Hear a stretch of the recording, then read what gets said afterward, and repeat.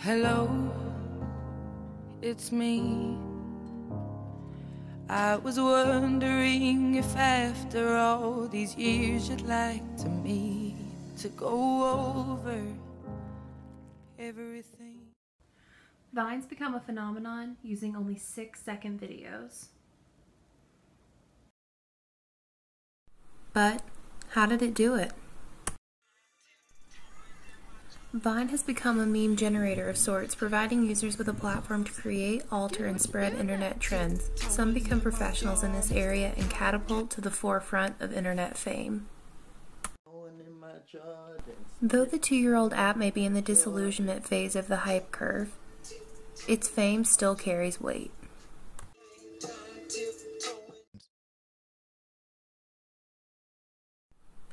YouTube gets a pretty big shout out in PBS's Generation Like. While YouTube is not Vine, it is very similar in structure, as they are both video-based social networks with larger-than-life internet celebrities. These celebrities embraced, mastered, and capitalized on the art of generating likes and followers that the documentary describes. Just as the documentary details the journey of a YouTube star, famous Viners start at humble beginnings and start to create and follow trends, collaborate with other Viners, and rise to fame all together. Shining, shimmering. Viners who only want likes be like, double tap to give me a high five. In an attempt to rise to this coveted fame, some Viners have gotten creative by generating videos with little to no content that are very effective at generating likes, by taking advantage of the double click to like feature or using stunts to get people to click like. It would seem it's all about the likes. With this fame comes a fandom.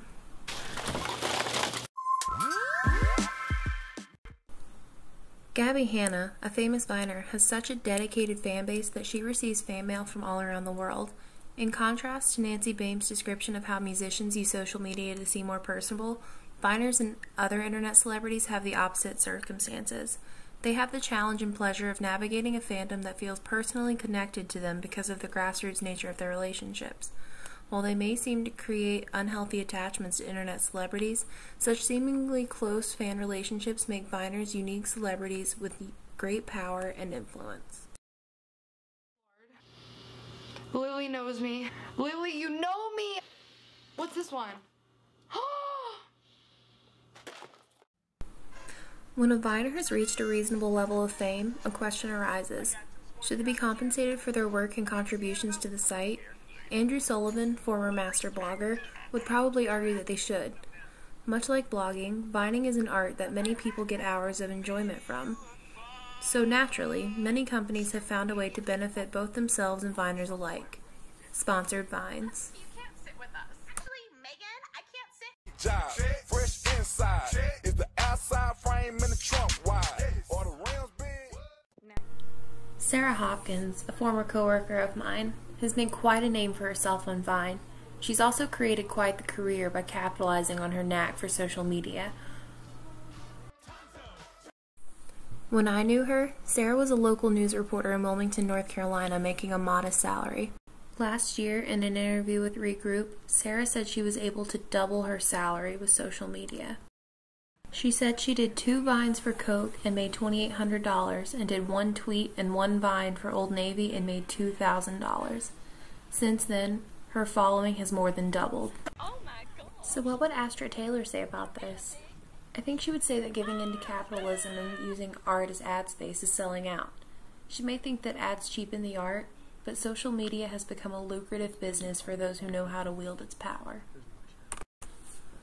Vine can also be a free, convenient marketing tool for up-and-coming businesses. For example, a small creative company like Durham-based Spoonflower could expand its social media use to include short, creative Vine videos displaying what the artistic crowd on Vine could use its products to create. Everyone can find a suitable way to capitalize on Vine. So, aside from the potential for fame and financial gain, what else does Vine offer its users? Vine also allows for users to be themselves, be anonymous, or be whoever they want to be, and have either a private account to share videos with only friends, or a public account to share with the world. The nature of the site is art and entertainment based, so there is not a strong news spreading component of the app. Snowden would not have taken to Vine to leak government intel. However, Zuckerman's idea of the imbalance between domestic and international media influence can be applied to Vine. While the app can be accessed in different parts of the world, content from Western countries dominates, which may simply be due to location and regional popularity.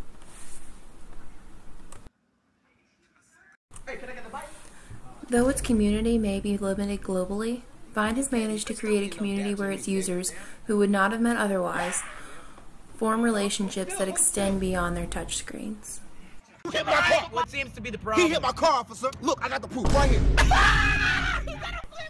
These relationships also extend beyond friendship. Many Viners met and started dating because of the app. This is proof that online dating is much more than Match.com. Social networks are creating spaces for real human connections to be made. On that note, I think communities like Vine are even better at perpetuating the idea of 6 degrees of separation than are those like Facebook. Facebook, while it is larger than life and prominent in many countries, it is based on the idea of connecting with people you already know. Vine, however, creates connections and degrees of separation that would have never existed. Does Vine create a space where those who slip through the entertainment industry's cracks can let their talents be seen? As we discussed with the paradox of success, sometimes things don't reach their due notoriety because they are perceived to be in the middle of the pack. Vine could be considered a remedy to this. But does Vine's growing scale mean that there are now amazing Viners slipping through Vine's cracks? Lee Rainey said that we are consuming more content than we ever have in the past. With Vine's growing amount of content, are only Viners who adhere to the popular trends able to succeed? Is there still room for success for those who innovate? Maybe it's all about luck and timing.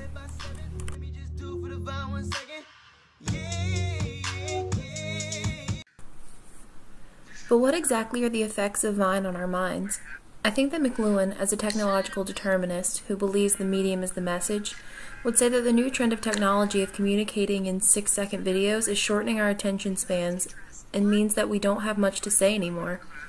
Dana Boyd, however, in her discussion of kids' use of technology, leaned more toward the idea that technology is simply the means by which we manifest our pre-existing desires. So in the case of Vine, maybe people have always enjoyed short bits of entertainment we can enjoy without investing much time or attention. What about younger generations' obsessions with the internet? Could Vine be contributing to this? In her book It's Complicated, Nancy Bam talks about how teens and preteens are becoming increasingly engulfed in the web. 31.8% of U.S. internet users between the ages of 14 and 17 use Vine, and that number is steadily increasing. It is possible that the non-stop content generation on Vine is creating a space where teens can immerse themselves even deeper in the internet for even longer periods of time. But as the Pew Report on Americans' views on mobile etiquette found, people are becoming more okay with using smartphones and other technology in social settings as long as the use contributes to the gathering. Vine is an app that friends could use in a group setting to watch content together or to film and post memories together. Where is Vine, and where is it going? Just as Lyle and Hester described Google, Vine is trying to be an innovative company that expands beyond what people expect of it. So far, Vine has mostly innovated in the area of music discovery. Music has always been an important part of Vine, whether users were creating music or just using it in the background of their jokes. So, Vine has made it easier for users to use, loop, and discover music on the app. The nature of Vine, as a video-based app, allows for much more innovation. Virtual reality is on the list of Vine's possibilities. VR on Vine would give its users access to realistic entertainment experiences that change how we interact with the app. So, who knows? Maybe Vine will one day add a virtual reality tab. Only time will tell how Vine will expand on its endless possibilities. Oh man, Vine, killing it.